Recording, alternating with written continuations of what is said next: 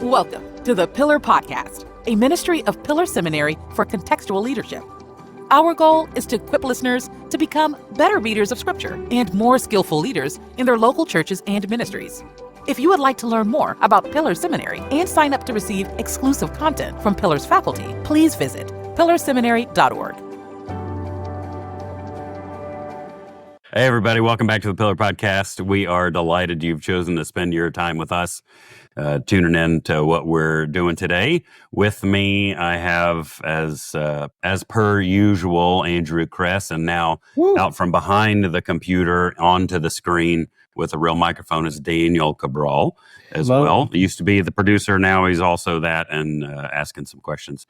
The real treat, though, the guest here that we have is Dr. Dan Morrison, who teaches a New Testament class with us, and that is the least interesting thing about him.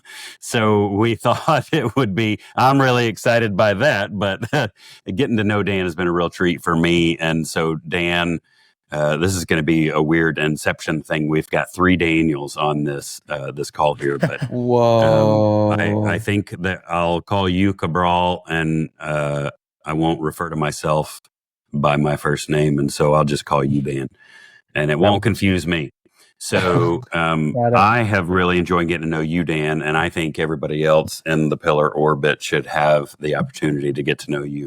You have been everywhere. You're currently coming to us from the distant future tomorrow in Japan on a Navy base. Did anybody get that reference, by the way, the distant future? Anybody?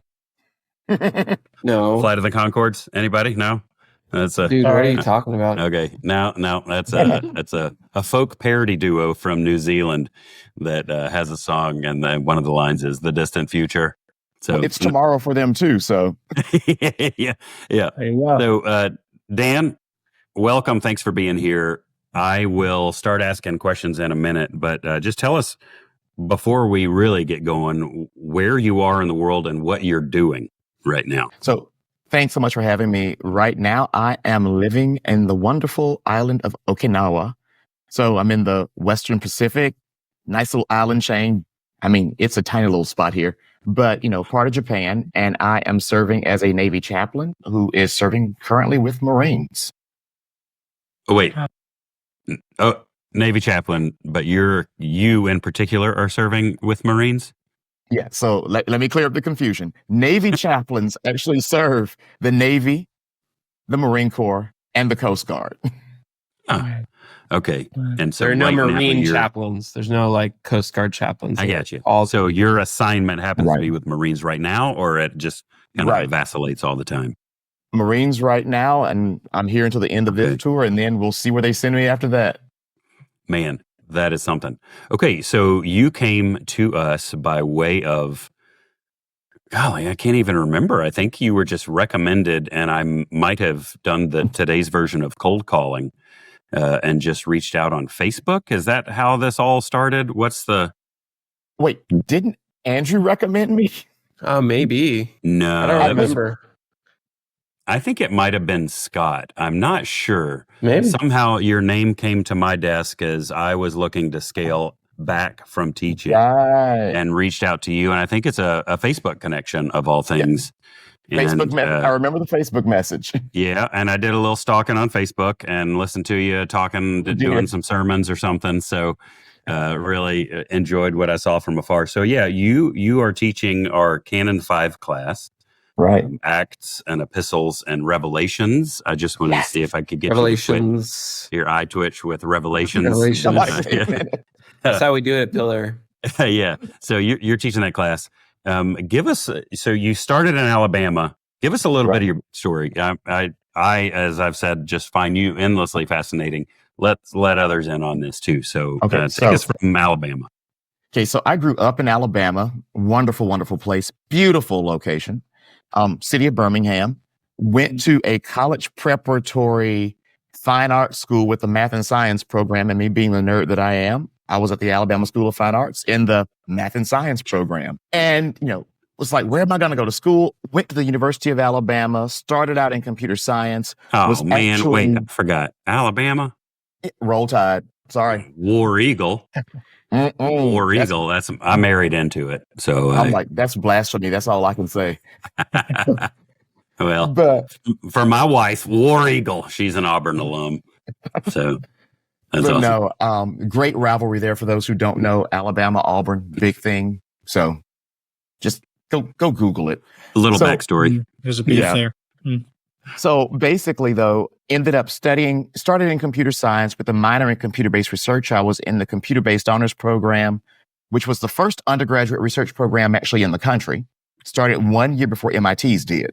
Mm. Yeah. Yeah. What?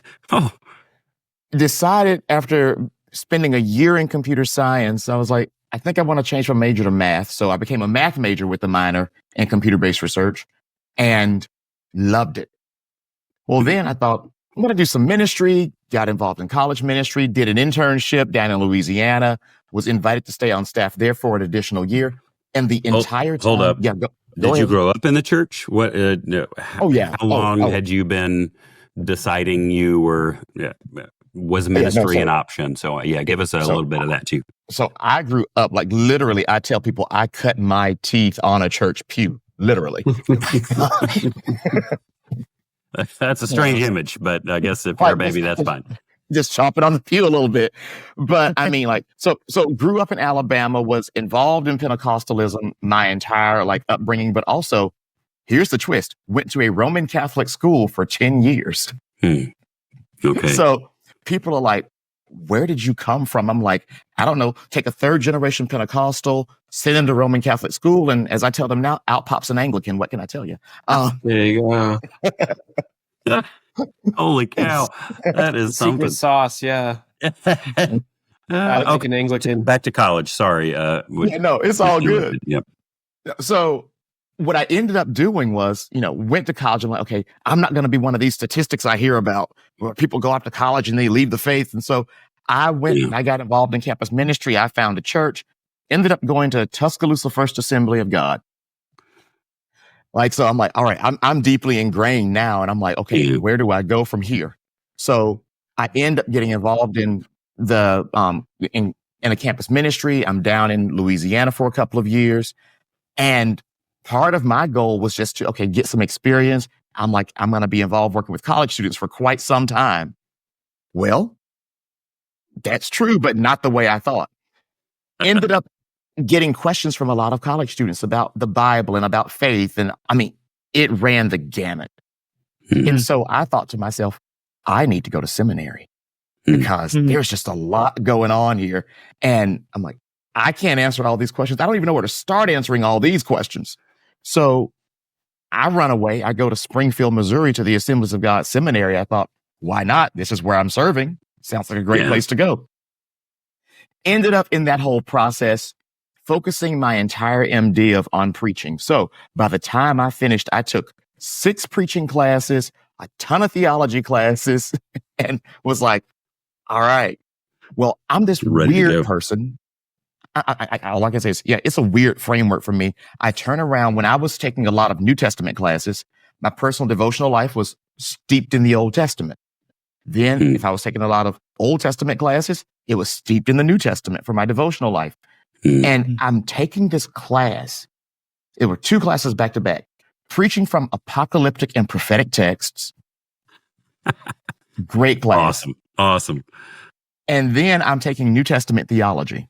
And so I'm like, okay, what do I do with this? Well, the apocalyptic and prophetic text course was, basically Isaiah and Revelation. I guess the foundation. So we could get some proto-apocalyptic in, move into some biblical apocalyptic and Revelation. Like, this is awesome. So I'm like, I just won't read Isaiah when I'm doing my devotions because everything else was basically New Testament focused for that semester. Well, as I'm reading, I'm like, wait, was this Old Testament or New Testament? Wait, I'm confused. Wait, what's happening here? Did I get lost? Like, I'm checking my devotion schedule, checking my class schedule, and I'm starting to realize, wait, there's this blending that's happening. So I go to a prof and I'm like, okay, I'm starting to see all these weird and wacky connections in the Bible. Am I crazy? And he's like, no, you should go do a PhD. Nice. And that led me down this interesting road of taking an extra year, doing some extra Greek, And I was looking at going to one school, and I remember one faculty member heard, "Hey, I hear you're looking at PhDs. You were looking at this one school over here." And I'm like, "Yeah." He goes, "They're like the blue bloods. Don't go there. Like, let's check this other school out." And so he tells me, "You should check out McMaster Divinity College." Mhm. Well, I had done my research on schools, and I said, "Sir, that's not an ATS accredited school in the United States. I have the list." And he goes, "It's not in the United States. It's in Canada." And I was like, "Oh, whoa." He goes, "And it is ATS accredited." Yeah. And so he Yeah. said, "You've learned a lot here. You need to go somewhere else, do your doctorate there." And so I ended up applying, was accepted, and ended up studying under Cynthia Long Westfall. Mhm. And Cindy was a breath of fresh air who revolutionized how I read the Bible. I'll just leave that at that. And, you know, when she jumped into her Paul and gender work, you know, I was actually one of her Yeah. students at the time. Then I turned around and was like, "Well, what about this?" And so she was like, "Well, have you thought about reading this in this way? Well, have you considered that?" And she really expanded my understanding, even of utilizing sources as a confessional biblical scholar. And she Yeah. said, "Hey, I see this paper. You got some good foundation. Here's your weakness. You're only citing people who you think are safe. Let's move beyond that." And Mhm. all of a sudden, it led me down this path of reading almost any and everything related to scholarship. And I'm grateful for it. Yeah, that is such a wonderful component of getting to learn deeply, is being allowed or given the space to learn widely as well. Oh, Such a yeah. gift of deeper study. So fun. Oh man, that's really cool. And so that is Dr. Westfall that was instrumental in this for you then. Oh, totally. Yeah. Mm. And No. was she your thesis supervisor? What Oh, did yeah. you end Dr. up focusing Yeah. on? And So she's my Dr. Muta. Her focus originally in her doctoral work was actually Hebrews. But when I came in, I'm like, "Okay, I've got this thing about Revelation." And she's like, "Okay, well, where do you want to go?" And I'm like, "Oh, there's a lot in Revelation." So I'm writing stuff over here, basically outside of my synoptic gospels course. I made everything that I wrote in my doctoral program somehow related to Revelation. It was, people were like, planning "Okay, ahead. so-" right. So I wish I had planned a little bit better, but I had all of this material and all these resources that I could draw upon because I gathered it all during my coursework, and I never dumped any of it. So I always tell people, never dump any articles or papers that you've written, because they might be helpful for you in the future. Yep. But Yep. I ended up focusing on Revelation. And as we continue to talk, now you have to remember, I went to McMaster Divinity. A lot of people in New Testament there are huge in the realm of systemic functional linguistics and its application to the Bible and discourse analysis. And so I remember one professor telling me, "Wait, you get to do work in discourse and linguistics with Cindy. You better take her up on that opportunity because she's one of the best." And I thought, Yeah. "Okay, we're doing this." And she says, "Well, have you ever thought about this thing called critical discourse analysis?" Because what prompted this was, I walk into her office and I'm like, "I see all these discourse markers and I'm finding this and these unique features of the text." And she goes, Yeah. "Okay, let's open this up a little bit." And next thing you know, I end up exploring linguistic presentations of power within the text and how does power fit in and lack of power. So technically you could say I use critical linguistic theory for those who might be triggered. Oops, sorry, I used that word, triggered. In order to highlight how the biblical text is actually socially located. Okay. Yeah. And that led me into this whole framework of looking at the power dynamics of the text and how you have individuals who are suffering, individuals who are actually acquiescing to their cultural norms, which are actually in conflict with, I would say, biblical norms. And as a result of that, you find everything in Revelation from like poverty to like just luxury to the great one is the propagandizing of the Yep. Roman religious framework and Yep. how John basically takes chapter 12 and it's like, you know what? This whole woman clothed with the sun, I'm going to riff off of this and show you that it's really Jesus who's God, not Apollo, not the emperor. And so stick this in your pipe and smoke it, Rome, because you don't understand what I'm talking about anyway. You may or may not know that we exist entirely from two different revenue streams. One is tuition revenue, and the other is from donations from supporters, generous supporters like many of you. We could not do what we do, including this podcast, which is a ministry of Pillar Seminary, without your generous support.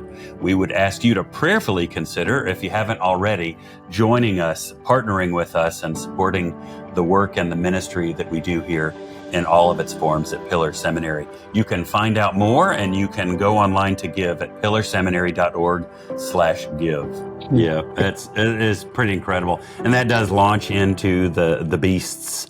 And, it's just such a fun section of Revelation. I'm so happy you said the beasts, because most people are still like, there's only one beast. I'm like, no, there's two. AKA the second was the false prophet, folks.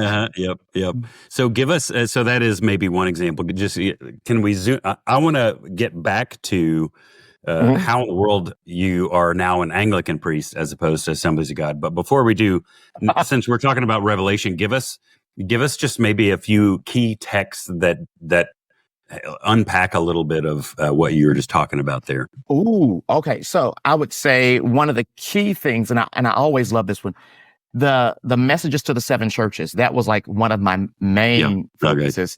But I covered the whole book, because you can't read one message and then not read the rest of the book. It just doesn't work that way. But in Laodicea, Revelation chapter 3, beginning in verse 14 to the end of the chapter, verse 22, what we end up finding is that this congregation is finding itself, they're neither hot nor cold. And I know there are a lot of people who are like, oh, the hot springs and the cold springs. And I'm like, yeah, that makes sense. I said, but I think we can take this a step further. And like I said, I went to the School of Fine Arts. I was a math and science major in high school.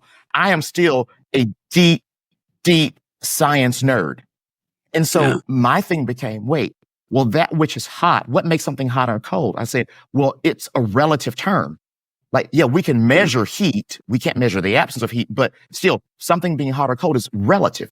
And so I thought, wait a minute, you're neither cold nor hot. That which is cold is distinct from that which surrounds it. It lacks heat compared to everything that surrounds it. And I thought, well, that which is hot is distinct from that which surrounds it, because it has a greater amount of heat than everything that surrounds it. So I'm like, when Jesus says you are neither cold nor hot, what he's really arguing to the church in Laodicea is that you are so much like the culture that surrounds you that people, like, I can tell because I know who you're supposed to be, but nobody else can tell who you are. And he's like, but because you're lukewarm, I will vomit you out of my mouth. And I love the fact that you have all this food and drink imagery that shows up in the Laodicean message. But he's like, you know what?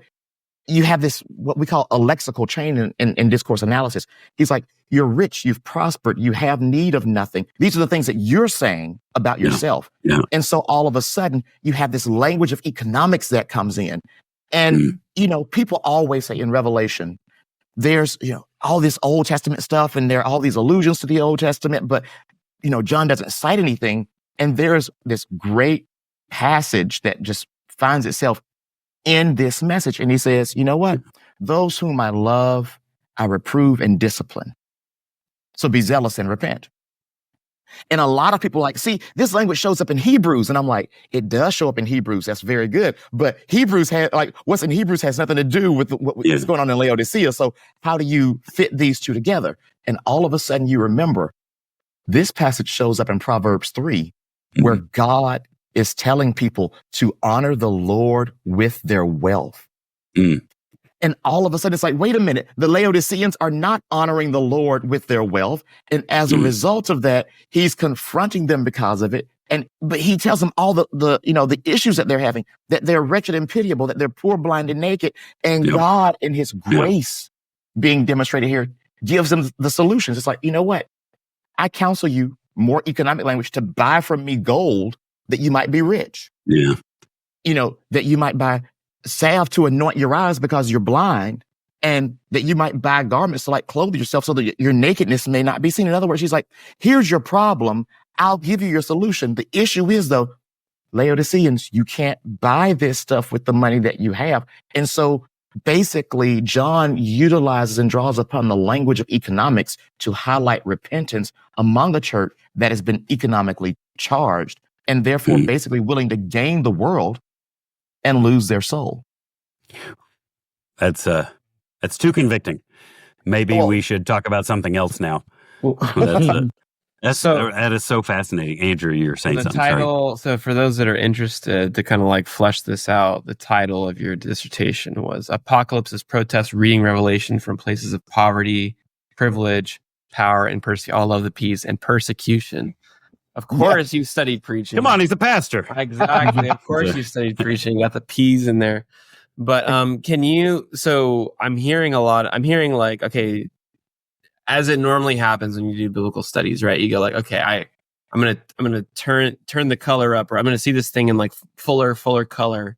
I'm not hearing yet, I don't think, the part of your research that connected with like poverty and I mean, I guess that's the economic imagery place, but what part of this is about protest? Like, make that protest connection for us. Okay. Easy. So, and by the way, when it comes down to the poverty, like check out Smyrna, because they were deeply rooted within the whole issue, and they stand in so many ways in contrast to the church in Laodicea. And then when you get to John's 7 unnumbered signs, you'll like later on in the book, between the trumpets and the bowls, he does this universal expansion of it all and confronts each church again, but they're not confronted by name. So the persecution piece comes in. I mean, the protest actually comes in because everything that John is writing is actually against the hegemony of the propaganda of Rome. He's turning around. Think about it. Even when he introduces the entire book, how does he do it? He goes, grace and peace to you from the one who is and who was and who is to come, and from the 7 spirits who are before his throne, and from Jesus Christ, the faithful witness, the firstborn of the dead, and the ruler of kings on earth. So if Jesus is the ruler of kings on earth, sorry, Caesar, sorry, Emperor, like you're not it. But not only that, but we have to think about this. If John is opening his writing with this introduction of grace and peace, he's actually challenging the message of the Pax Romana from the outset of the book. Yeah. He draws on Daniel and Zechariah and the conflation that we find in Matthew's gospel to deal with this whole issue of the one like a son of man going before the Ancient of Days and receiving dominion and power and an everlasting kingdom, unlike all the kingdoms of the world that will fall.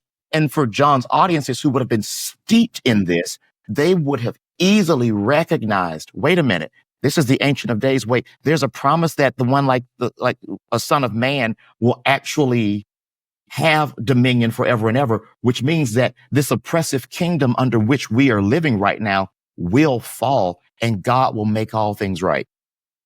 Well, yeah. And then, I mean, this is the whole part of the language of the book is to live in a way that is flourishing according to Roman Empire standards is it's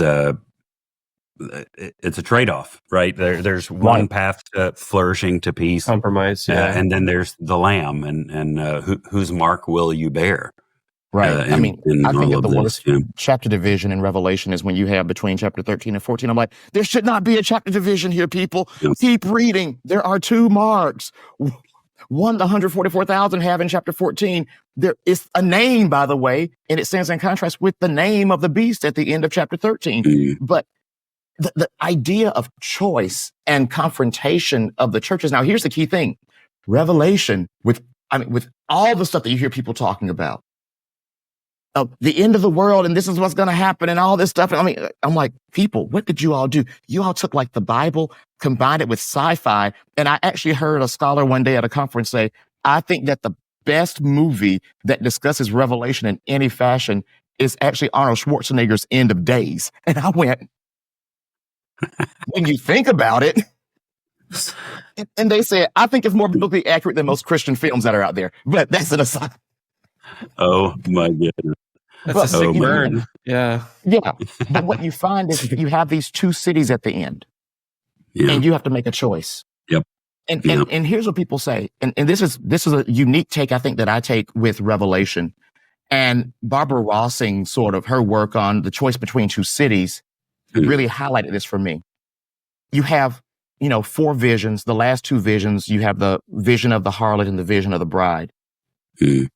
And people are like, wait, this is definitely not chronological. Once you get to chapter 17, you're really presented with outcome A being the judgment of the harlot, and then outcome B.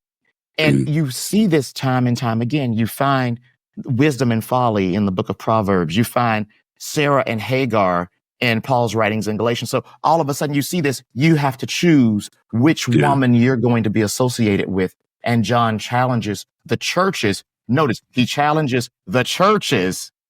Let me say that again. He challenges the churches, not those outside the church, regarding their behavior. Yep. Oh, man. Listen, this sounds like it should be about a 37-part series that we just need to do to let you unpack Revelation. I have a really important question, actually, for Dan M. For Dr. Morrison. Can I ask it? Is that okay? Yeah. Okay. Dr. Morrison, do you ever skip leg day?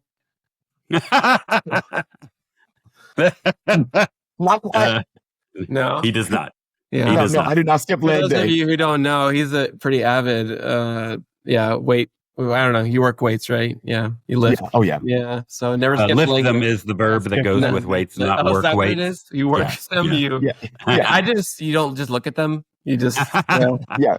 Okay. Oh, yeah. Yeah. No. So he not only is the expert on Revelation, but he never skips leg day. Everyone. No. So that leads me down a really, really quick aside.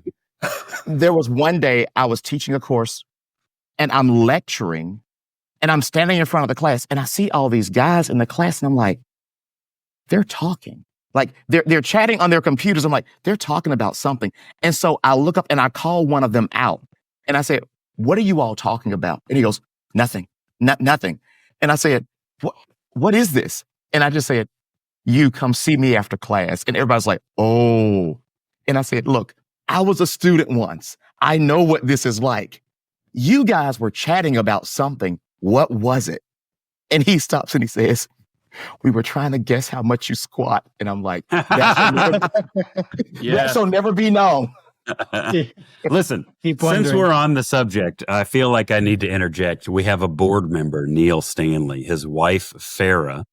They're in their, I think, early 60s. So just to frame things, Farah is now a world record holder in 4 different powerlifting categories. Moves. Lift. Yes. Moves. It sounds like talking about like Pokemon when you talk about moves. Yeah, I also don't know what I'm doing in this world either. But she is a world record holder in 4 different lifts for her age and for the weight class. So insane. Also, another slightly different, but on a related note, my daughter told me, and she's in 7th grade, and now they lift weights for athletics, and she was the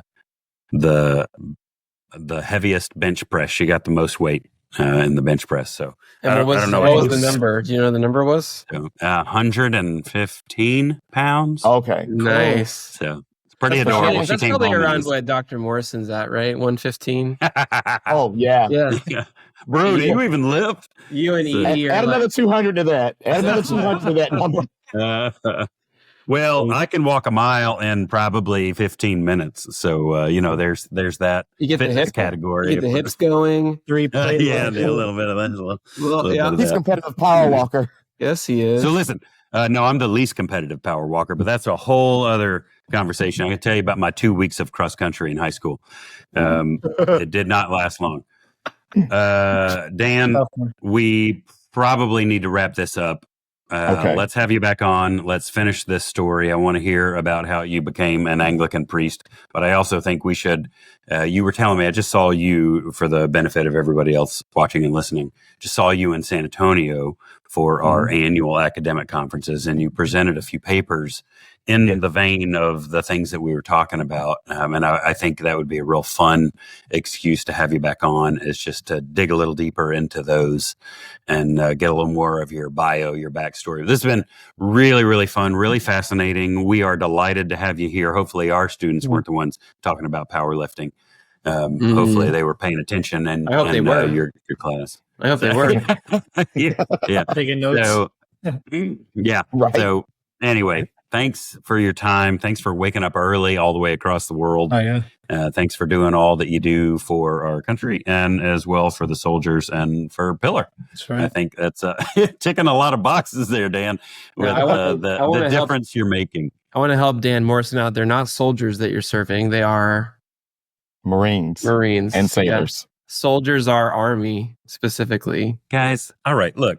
I just read. All right, books. You just offended a bunch of our listeners. I'm probably. I alienated a whole swath of our listeners. All the Marines listening out there, on behalf of Pillar Seminary, I apologize. We're all enraged right now. Please forgive my lack of decorum. You can send your hate email to dlowry@pillarseminary.org. Well, on that note, thank you so much for listening, Dan. Thanks so much for being here. Raul, Chris, thanks as well. Thanks, guys. It's been a pleasure, and we'll pick this up next time. Awesome. Thank Thank you. you. I'd like to remind you that if you have any questions or comments with regards to the podcast content or any suggestions for future podcast topics, you can email us at podcast@pillarseminary.org. I can't promise that we'll necessarily get to it as a podcast topic, but we will do our best to interact with you and get your questions answered and respond to your comments in a timely fashion.